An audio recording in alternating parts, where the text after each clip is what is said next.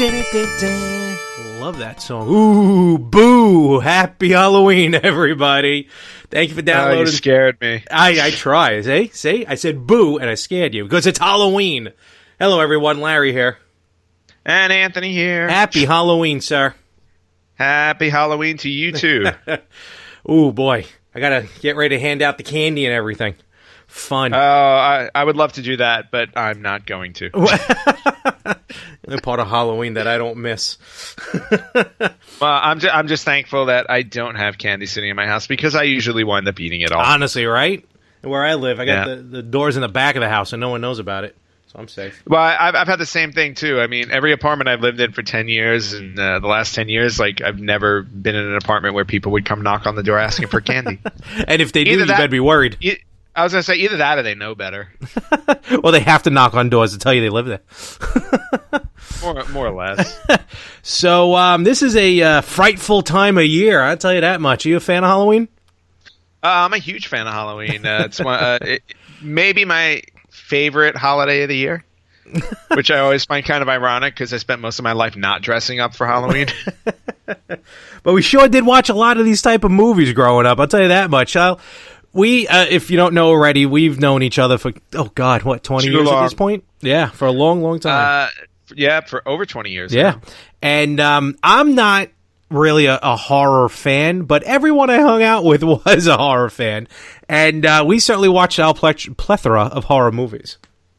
Yeah, horror's been my genre since I was like 5 or 6 years old. I remember the very first movie, the very first horror movie I saw was House, which wasn't really a horror movie necessarily. It's more like a horror comedy. But when you're like 6 years old or 7 years old or whenever the hell that movie came out, and you go to the movie theater with your next door neighbor and his mom to go see that movie, and she, of course, back then in the 80s, people didn't research movies, so what do they know? It's like, so, I think we stayed in the theater for all of 10 minutes before his mom took us out of there, because like within the first like 5 or 10 minutes of the movie, like this woman hangs herself. Ooh, nice. So so didn't get to see a lot of the movie. Of course, later on in life, I picked it up in a video store and watched it. But the two things I got out of that is one, as a kid, seeing a woman hang herself in, the first 5 minutes of a film definitely traumatized me.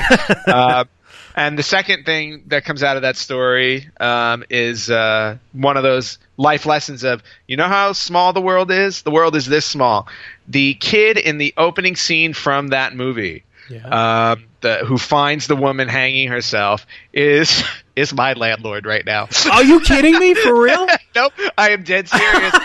He is my landlord. He's a professional actor.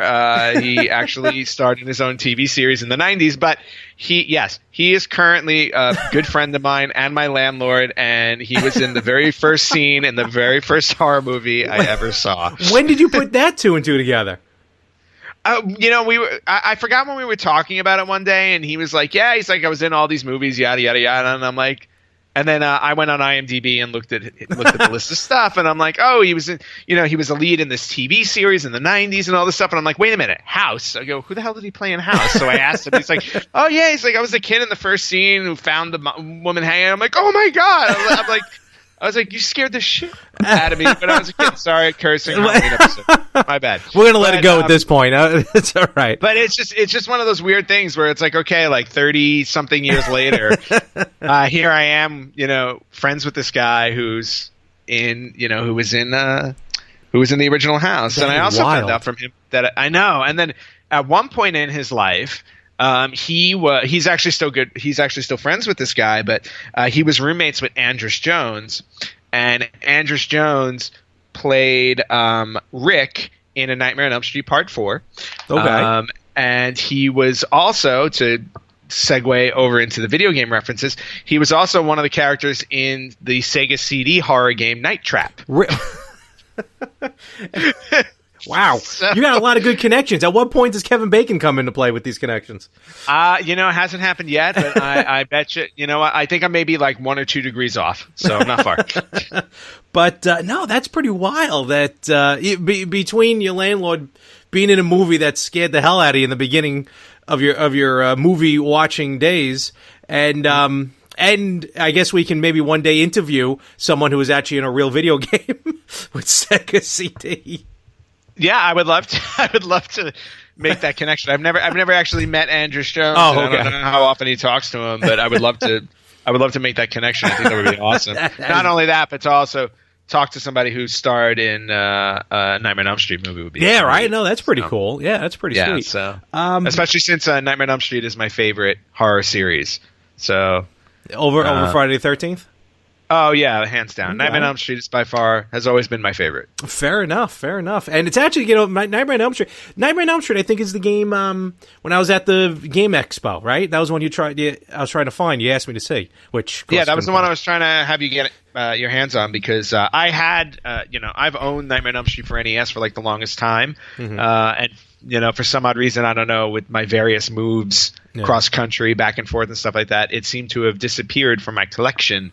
So I need to get my hands on that again. Yeah, they had a ton of Friday the 13th, but no Nightmare. So Friday the 13th is a pretty common game. In fact, a friend of mine actually gave me a copy of Friday the 13th for NES in the original packaging with the instruction booklet, which is really awesome. Yeah. So, I'm definitely cherishing that, but I got to get my hands on a Nightmare on Elm Street. That's like a must-own for me. Was it a good game? I don't think I've played Friday the 13th, which I wasn't crazy about, but I never played Nightmare on Elm Street for NES. Well, Nightmare on, I loved it because, being a fan of the films, it was a bit of a lift from the films, not exact lift, of course, because they had to adjust it and whatnot. Yeah. But there were elements from my, probably one of my all-time favorite nightmares, which was Nightmare on Elm Street 3, Dream Warriors. And Dream Warriors was the one with Patricia Arquette, and they were all in the mental hospital. And when they would go to sleep, when they would fall asleep, they would all pick up special abilities. So like in her dream, Patricia Arquette was like she was really good at gymnastics, and this other kid was a wizard, and this other guy was super strong and stuff like that. So they took some of those elements and they put it into the NES game. So when you're running around Elm Street, you're collecting Freddy's bones, and the idea is to take his bones, bring him to the junkyard, and bury them, because that was pretty much the plot in Nightmare on Elm Street 3. But what would happen, throughout the game is you would fall asleep, and then Freddy would. There were different parts of Freddy that would come after you. In one level, it's his claw, and another level, it's other elements of him. Yeah. But like a snake's head, which is basically again all lifted from part 3. But when you would fall asleep, if you collected icons, you would have different superpowers. So you can become a ninja or a wizard or an athlete that would throw javelins. So you would at least have some type of offense to fight Freddy. Didn't Freddy play a Nintendo in one of the nightmares?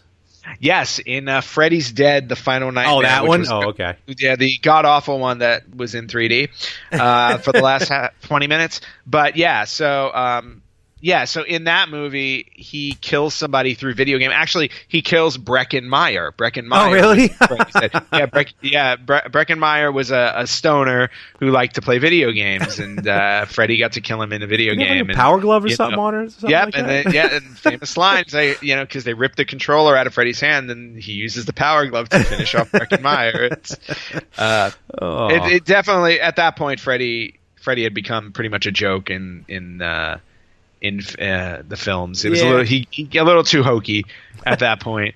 But I will say Nightmare on Elm Street for NES was definitely, for me, granted, the game itself, a lot of people didn't like it. It didn't have the best reviews. But for me, just an homage to, the series, I thought it was awesome. And they also had a game on Commodore 64 as well. That was also a lift from Nightmare on Elm Street 3, and you got to play as the characters from Nightmare on Elm Street 3. So you got to play as Nancy, and you got to play as Kincaid, and it was I never got an opportunity to really play it. I've seen screenshots and video of it, and it's a game that I need to get my hands on. So those are the only 2 Nightmare on Elm Street games that I'm aware of. And I horror, again, big with the horror genre between movies. I wasn't really crazy about the video game horrors, but they definitely, especially nowadays, have a place in home consoles. But to me, horror games really picked up PlayStation 1, but before that, Nintendo had maybe like 2 or 3. The PC, Commodore 64, I think had like all the horror games back then. I mean, some on Genesis. I think so. Well, no, to be honest with you, I really think PlayStation picked up. Like, I can only, like, from my memory, I mean, I can think of a handful of games that I personally played and loved. But, for me, Commodore 64 was Nightmare on Elm Street and Friday the 13th, actually. They were two of my favorites. And Friday the 13th on Commodore 64 was basically you were a camp counselor and you were going around trying to find a way to kill Jason, but Jason was disguised as another camp counselor. So you had to figure out which one was Jason and kill him before he kills everybody else. Mm-hmm. And I just remember playing this in the basement at my cousin's house because he had the Commodore 64. Oh. And what would happen is, one by one the counselors would get picked off, and if you did not figure out who Jason was by the time he killed the last counselor, all of a sudden this when he killed the last one outside of yourself, when he killed the last one, the screen would go black and this giant severed head would just appear on the screen with this music, and it would just freak you out. It was awesome. Which back then was wild. I mean, to see something like that on the NES, I think it said like "You're dead." It was like one of the first games that actually said like, "You're dead." Yeah, something like that, which was really awesome. And again, I remember playing that one and having a blast. And then there was the NES version of Friday the 13th, which was not a very good game. No. It has the classic Jason, though, the best looking Jason. Yes. The best, definitely the most colorful Jason you'll ever see. Purple and teal, I believe his mask was. Oh, man. But a few years ago at Comic-Con, I forgot which company made an exclusive Friday the 13th action figure of Jason based off of the video game, which I have. And with the way video games are and how cyclical they are, now we're on the precipice of a new Friday the 13th game coming out for the PC, which I know is not a retro game, but just the idea of showing the staying power of certain horror genre, totally. Horror film franchises or just franchises in general, because there were plenty of horror games that were video games before film. No doubt. And definitely film, lent itself to a lot of games, some of which really never made it far into the home systems. I mean, even going back to Atari. Atari even had its fair share of horror games, specifically Halloween and Texas Chainsaw Massacre. Yeah, and so it's actually. I don't think I was going to say I don't think they sold them in like boxes. Like they were like almost like the adult games. Like you had to find them in like some the back room of some trading post or something. Well, yeah, I think the issue with those were again, video game systems in the beginning were like family consoles. They were really catering to more kids. Mm-hmm. So when they were putting out games like that I guess were a little more R-rated, they would I think they would kind of hide them a little bit more because those were for adults only. You didn't want an 8-year-old coming in and buying a Halloween or a Texas Chainsaw Massacre game because. No. That's just a little bit irresponsible. This is way before video games had a rating system. Oh, way before. Yeah, we're talking Atari 2600 for Halloween, and I think the same in Texas. Yeah, and Texas Chainsaw. But then for those, like they also had like I guess you want to call a more PG version. They had Haunted House, which was like the horror version of Adventure. Mm-hmm. So and that was more like a little. Point like little I don't want to say RPG-esque, but you walk around collecting certain items in the house. So I mean they've horror games have definitely existed all the way back to the early days of consoles. Yeah, no, it's definitely had its fair share. Was there much on? Do you remember any on like Genesis and stuff like that? Well, hold on. Before I get into that, Genesis, yes, because as I asked the question, I remember Splatterhouse 2 on Genesis, which was one of the few. I think one of the games that really started the whole move to get ratings going on video games. I mean, I know Mortal Kombat really kicked it into high gear, but I remember people complaining about Splatterhouse, even Splatterhouse 1 on TurboGrafx, which I remember a buddy of mine had TurboGrafx 16, and somehow he got his hands on Splatterhouse, and I just remember eventually, I guess once his mother figured out what the game was, she was not happy about it, because it's almost like you're playing like a jacked up Jason, got, hockey mask, but he's all hulked up, and just going through and it's just bloody, violent, gory, just, what a teenager wants to play. Yeah, I remember at that time because I had Splatterhouse 3 for Genesis, if I remember correctly. Mm-hmm.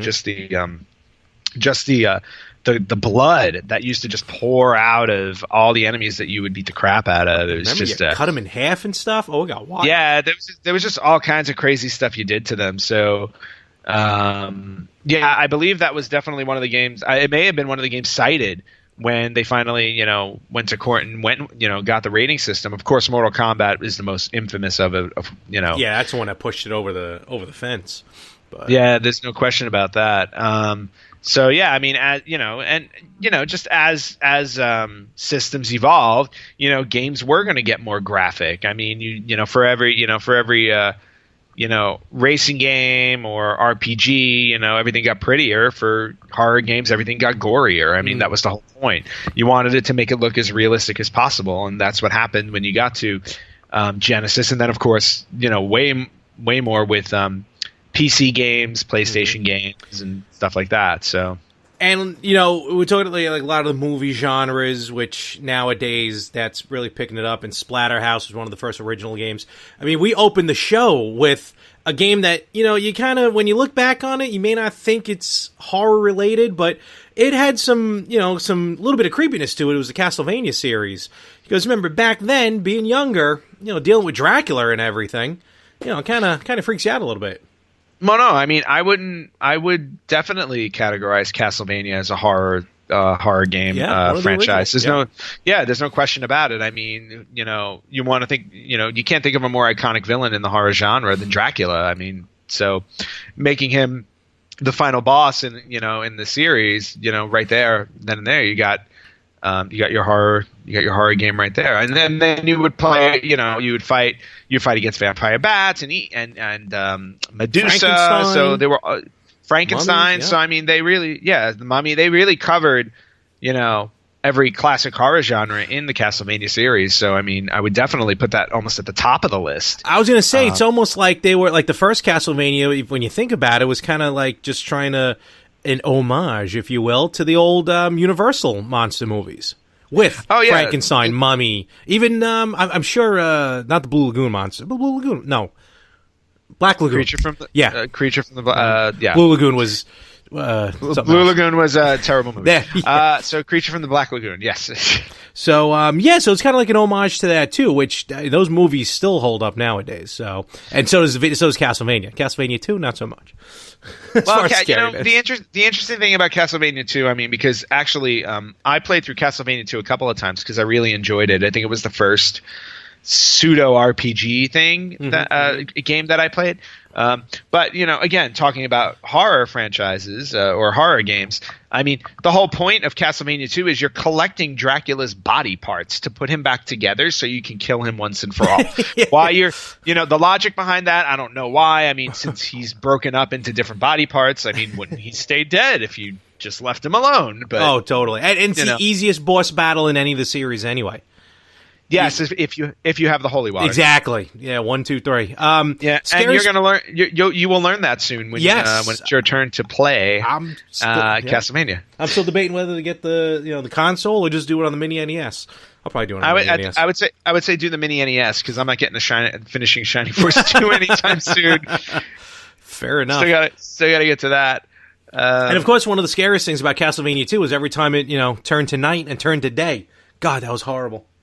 Well, that was the biggest problem with the game because it would take like a minute for it to turn, and that was the biggest problem in the game, because you're sitting there and you're trying to just play through, and all of a sudden, what a horrible night to have a curse. I'm like, all right, but can we speed it up? There was a game, I don't know if it was just a homebrew one-shot, because I remember the Angry Video Game Nerd played it. Someone either made or mass-marketed Castlevania 2, but fixed all of those problems. Like, it went to day and night, was like that. All the stupid, like, everyone you spoke to in Castlevania 2 gave you no tips, gave you no hints. They were all useless. But in this new game, everyone gave hints, gave tips, even told you where to bend, where to kneel with the ring and everything. Yeah. So the orb, the white orb. Yeah, exactly. Yep. So I can't remember. It was Castlevania. It was kind of a subtitle. I don't know if you can probably find it somewhere on eBay or something. But it really kind of better, and you're better off playing that version, because I guarantee you, removing all those obnoxious elements from it, it's actually a pretty good game. I'll let you know. I was going to say, to me, it almost plays similar to Zelda 2, Adventure of Link. Yes, actually, you're right. I agree with you on that one. Yeah, short of the overworld map.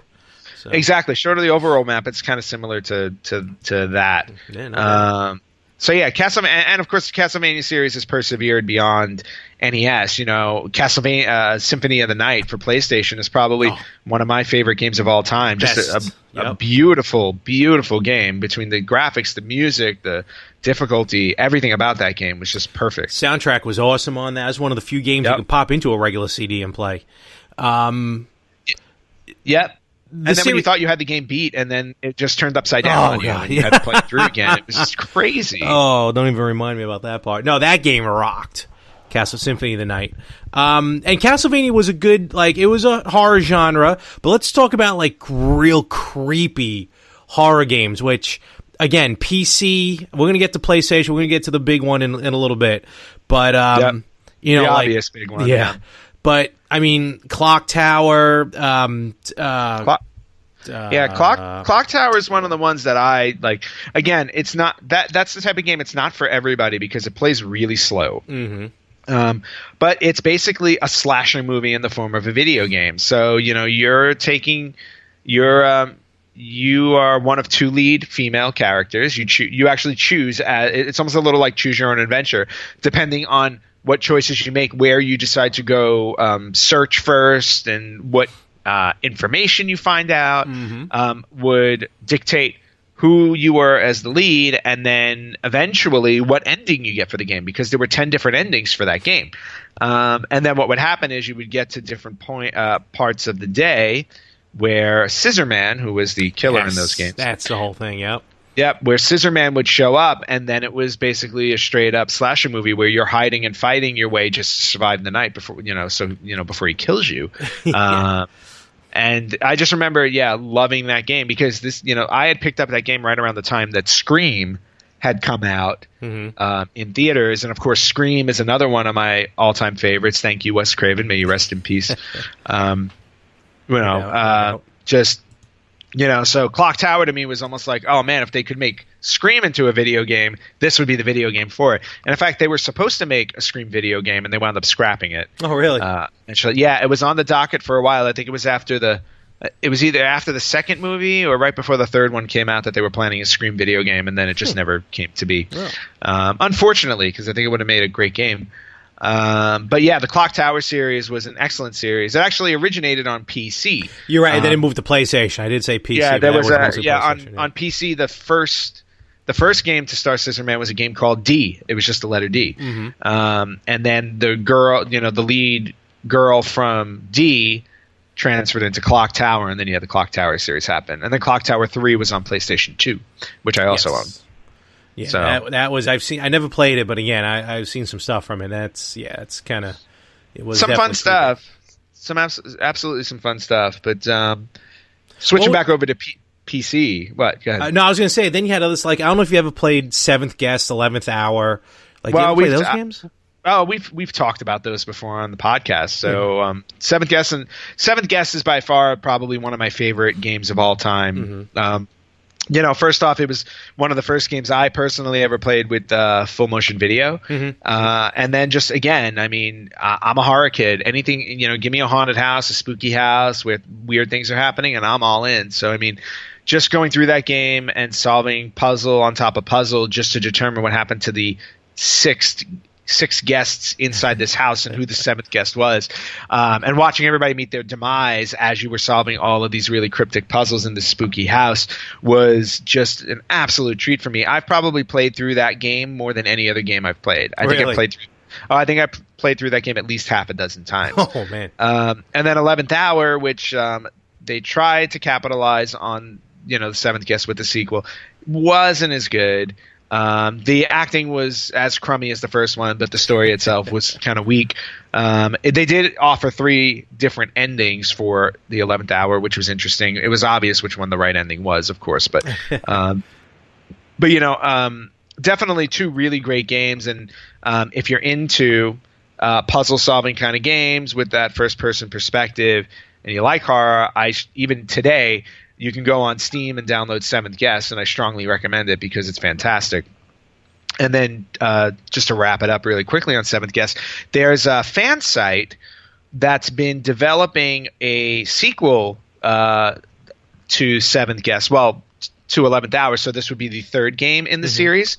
So they were doing a fan-made sequel, Seventh Guest 3, and they started it like 10 years ago. I remember because I found the website really early on, and I had been following their updates, and they're this guy doing it in his spare time with a bunch of other people that he got on board to do it for free. But they had gotten to a point where they developed it to a point where they went on Kickstarter to raise money to finish the game. And they actually managed to get in touch with the original company, which is defunct now, Trilobite, to get the license to sell the game. Oh, wow. And they got the license to sell the game. They raised the money on Kickstarter, and they are rapidly developing the game now. And they actually got the original actor who played the bad guy in the Seventh Guest, who was called Henry Stoff. They got the original actor to come back to shoot the scenes for the new one. There you go. So, so it's really interesting to see how, today's technology can help bring back yesterday's games, or sequels to yesterday's games. So, it's just an awesome story there. No, that's pretty cool. I didn't realize. I actually gave money to the Kickstarter too, so I will be getting a copy of that game when it comes out. There you go. Game on. It will also be available on, I believe, Xbox One and PS4 because they raised enough money to release it on those. Oh, sweet. Yep. Be on the lookout for that. What's one again besides the big series, which we'll talk about in a little bit? Right. What's probably the creepiest game that you've played? Ooh. Creepiest game. And if it's part of the series we're going to talk about, we'll get to in a little bit. No, I mean, well, that one, notwithstanding, will always be creepy. There was one game I always wanted to play called Phantasmagoria, which also I believe was named. God bless you. Yeah, I know. Phantasmagoria was another one of those full motion video games, kind of like Seventh Guest on the PC. And I believe it may have been one of the games that was named when they started doing the rating system, because there were scenes filmed in that were basically horror movie scenes where you were watching people getting brutally murdered. Oh man! And it did not hold back. I remember seeing some of the cut scenes from that, and even I remember cringing a little bit. It's like Faces of Death. Yeah, well, not that bad. Faces of Death, but yeah, that was a game I always wanted to own, but I never did. So it looked creepy, but based on my list of stuff that I have here of horror games, I probably say one of the, and it's not the creepiest one, but I love the concept of it. So it definitely had moments where you would jump. Was a game on Dreamcast called Ill Bleed. And the concept of Ill Bleed was simple. You were, there were 5 levels in the game, and they were all it was like a creepy fun house or amusement park and all, a mansion. And on every level there was a different killer. So it was and they would, it was kind of similar to you had a Texas Chainsaw kind of killer. You had a giant killer clown kind of killer. But the way the game went was you would walk through this house, and your health meter was your heartbeat, basically. And you had to be careful as you were going through the house because things would jump out and scare you, like ghosts would come out of pictures, or a trap would come out of nowhere. All these scary supernatural elements would happen. And if you weren't careful enough to dodge them, you would have a heart attack and die. Oh my god! So, and you got to choose. I believe, if I remember correctly, you got to choose different characters, so there were different. You had different attributes. Okay. So some of them, one or two were stronger than the other. Other ones were a little bit weaker. Some of them had stronger hearts than the other, if I'm remembering it all correctly, because I haven't played the game in a really long time. But I just remember some of the moments, like if you're sitting there with the lights off, and like because you're literally like trying not to run through the game, because as you would run, all of a sudden something would jump out into the screen and scare the crap out of you. And then before you knew it, you were dead. So that was definitely a game that was like, I loved the concept. I loved the delivery of it. The biggest problem with it was I felt like it was too short. I mean, once you really got the hang of the game, you were through it in like maybe half an hour or 40 minutes. Yeah, or maybe an hour tops. But but I thought the concept itself was like, again, it's like, I'm a horror movie fan. I'm a huge horror movie fan. So if you can make a game that puts me in a horror movie, I'm all in. That's so cool. It's not right, and it's not a typical game for a gamer. A gamer would sit there and play this, and it's dumb. Maybe dumb to them. I go, but for me, it's like, oh, cool. It's like I feel like I'm in a horror movie now, so I'm kind of enjoying the ride. So for me, that one was kind of fun. Same way, similar to Clock Tower. No, totally. And curious, because another game you mentioned earlier when I was at that expo, besides Nightmare on Elm Street, Tecmo's Deception, right? Yeah, Tecmo's Deception, and I've talked about this one a few times on on our podcast. And Tecmo's Deception was again, it was a nice little twist on the game where you were the bad guy. So you died, and your soul gets resurrected by a minion of Satan, and you have to do their bidding, or I forgot what the ultimate goal was, but basically the goal was you lured people to this mansion, and then what you would do is you would set traps around the mansion to capture them, and then once you captured them, you would suck out their life force, their soul, and then deliver their souls to Satan. So just totally different, totally creepy. Again, probably the first game I ever played where I was the bad guy, and I was like, okay, this is an interesting little twist. It's like, because you're doing evil, evil bidding. So yeah, and it's just always a game I remember. And again, it's another one of those games where it's like I never like sold it or traded it. I just lost it somewhere along the way. So I got. Boo. Yeah, and that's a tough one to track down because it's not a very well known game. Yeah, I remember I was asking people at the show about it. No one really knew about it, so I was looking though. It was only on PlayStation 1, to my knowledge. It wasn't on any other system. So, and again, like I said, it was just one of these rare games, and I'm sure it's sitting up on eBay. I've seen it up on eBay, and eventually I'll cave and buy it. So. So now I got one more series. I don't know if you played it before we get to the big one that really kicked everything into motion. Silent Hill. Silent Hill, yeah. Did you ever really get into Silent Hill? I remember I tried playing the first one. I have one of them on Dreamcast, and I remember starting it, but never. At the time, I think Dreamcast was kind of fading, and we were moving into more. Xbox 360 land and stuff like that. So I remember starting I believe it was the first. I don't remember if it was the first or second game, but I remember starting it and thinking how cool it was.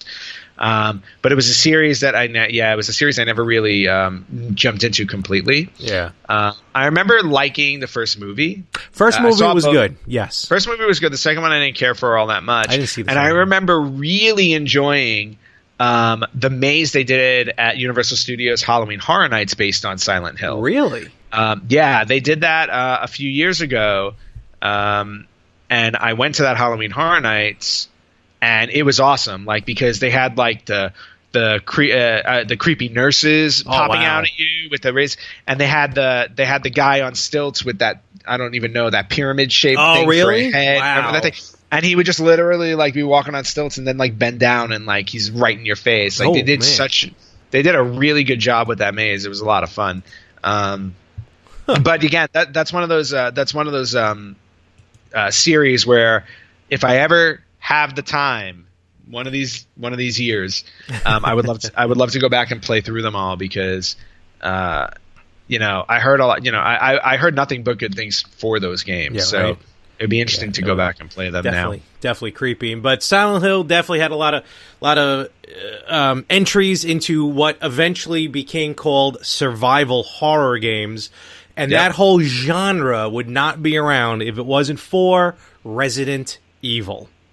Yes. And this game, one of the games at least, there was a ton of them that was put out. I'll talk about my experience because, again, I'm not into much horror games, but I did play Resident Evil, the remakes, granted, on GameCube, but still. Did you ever play the original Resident Evil, like PlayStation Resident Evil? Oh yeah, no, I went out and bought it day one, and I still own it to this day. Oh, that was so creepy. That mansion still gives me the willies. Yeah, I mean, and the coolest thing about it, I mean, well, first off, the acting was straight out of a B horror movie. Which was totally. Awesome. I mean, the acting was just absolutely terrible. Yeah. Which I love. But just the whole idea of like you're being dumped in a mansion. And I still remember there are two big moments right in the beginning. It's that first moment when you go into a room and then there's somebody on the floor, and then all of a sudden, like, it turns and looks at you and you can see that he's a zombie. Creepy as hell. But of course, the most memorable moment everybody always references, and I remember this too because I bought the game and I specifically sat in my room, turned off the lights because I'm like, I'm playing this right. It's a horror game. It's got to be played this way. Is when you're walking or running down this hallway and the demon dog or the zombie dog jumps through the window, crashes through the window. I remember jumping when that happened. And as soon as I jumped, I was like, the game had me. I was hooked. No, go ahead. No, I was going to say, I mean, and just the rest of the game all the way through between the puzzles and the limited ammunition that you had, and not only limited ammo, limited saves. Yep, everything about it was difficult. It was frustrating, but it was so rewarding too because you would find once you would get through it, you would just like again. It felt like. You had that sense of satisfaction as if you were surviving in a horror movie where it's like, I made it. Thank God I made it. I didn't die. It's like, let me save. Hurry up. So, it was wicked with those limited saves. My first Resident Evil was actually on N64, Resident Evil 2. And Resident Evil 2 with the, actually Nemesis was 3, but 2 was, one was the mansion. 2 brought it out to the streets, and then 3 had Nemesis just chasing you from the start of the game, pretty much. Yeah. But yeah, Resident Evil 2 on N64 was actually pretty good. I like the way that the controller, that's the thing I didn't like about Resident Evil on PlayStation, the way it controlled. It was weird. Like, you didn't press up to go up, down to go down. It's like you had to face forward and then move. You know what I'm talking about with that weird control scheme? Yeah, I mean... It was kind of the same thing with Tomb Raider. Yeah, there were always issues with that, at least in the beginning, because, I think they were... Again, this was around the time... I was going to say, this is around the time of video gaming where, 3D was new. So they were still trying to figure out what the best way was to control it. And in my mind, they didn't really figure it out until Mario 64 came out. So when Mario 64 came out and they made it more fluid, that's when all the games, I feel like, started to get more fluid along with it. But but Resident Evil, I mean, it was very. I just remember when you would aim the gun, and then you would have to slowly pivot your character just so you can aim properly at the zombie before it got to you.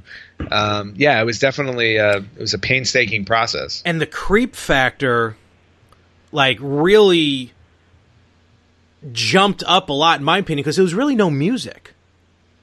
No, not really. I mean, that was the appeal of it because, like, you're just walking through this empty house and it's really quiet, and all of a sudden, like, you hear the moaning and the groaning of the zombies. You hear the moaning going on, or sometimes you hear them chowing down on another body or something like that, and it was just all so unnerving.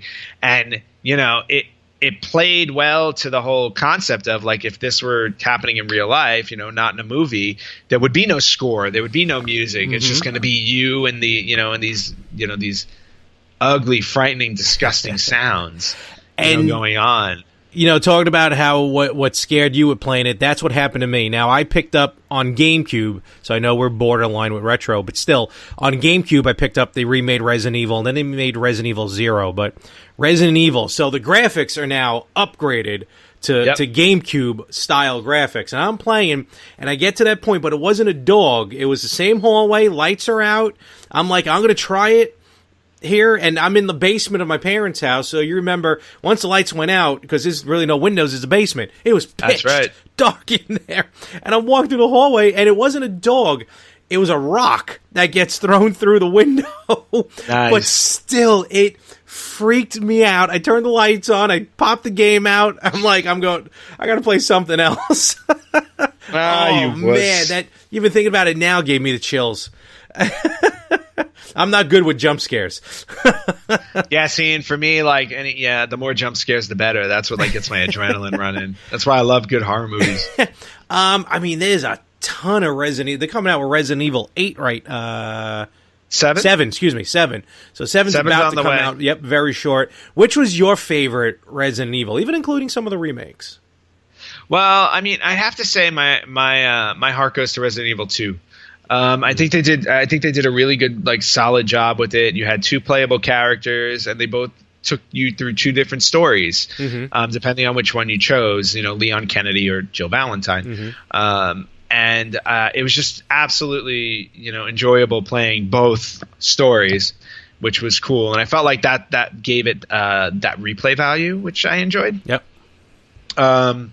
So by far, I think, not by far, but Resident Evil 2 was probably my favorite. I feel like I remember you playing a lot of Code Veronica as well. I don't know why. Yeah, Code Veronica I played on Dreamcast. Yes. That was a really good one. That was a slog to get through. I don't know why. Oh, really? I had so much trouble. I had a lot of trouble with that one, more than I needed to be. But Nemesis was the relentless one. Oh, I remember having the hardest time getting through that one because it's like every time you felt like you were getting somewhere, that thing would show up and just kill you. He was even annoying in the movie. Oh yeah, I remember him in the movie. And to that point that you bring up the movies, it's like,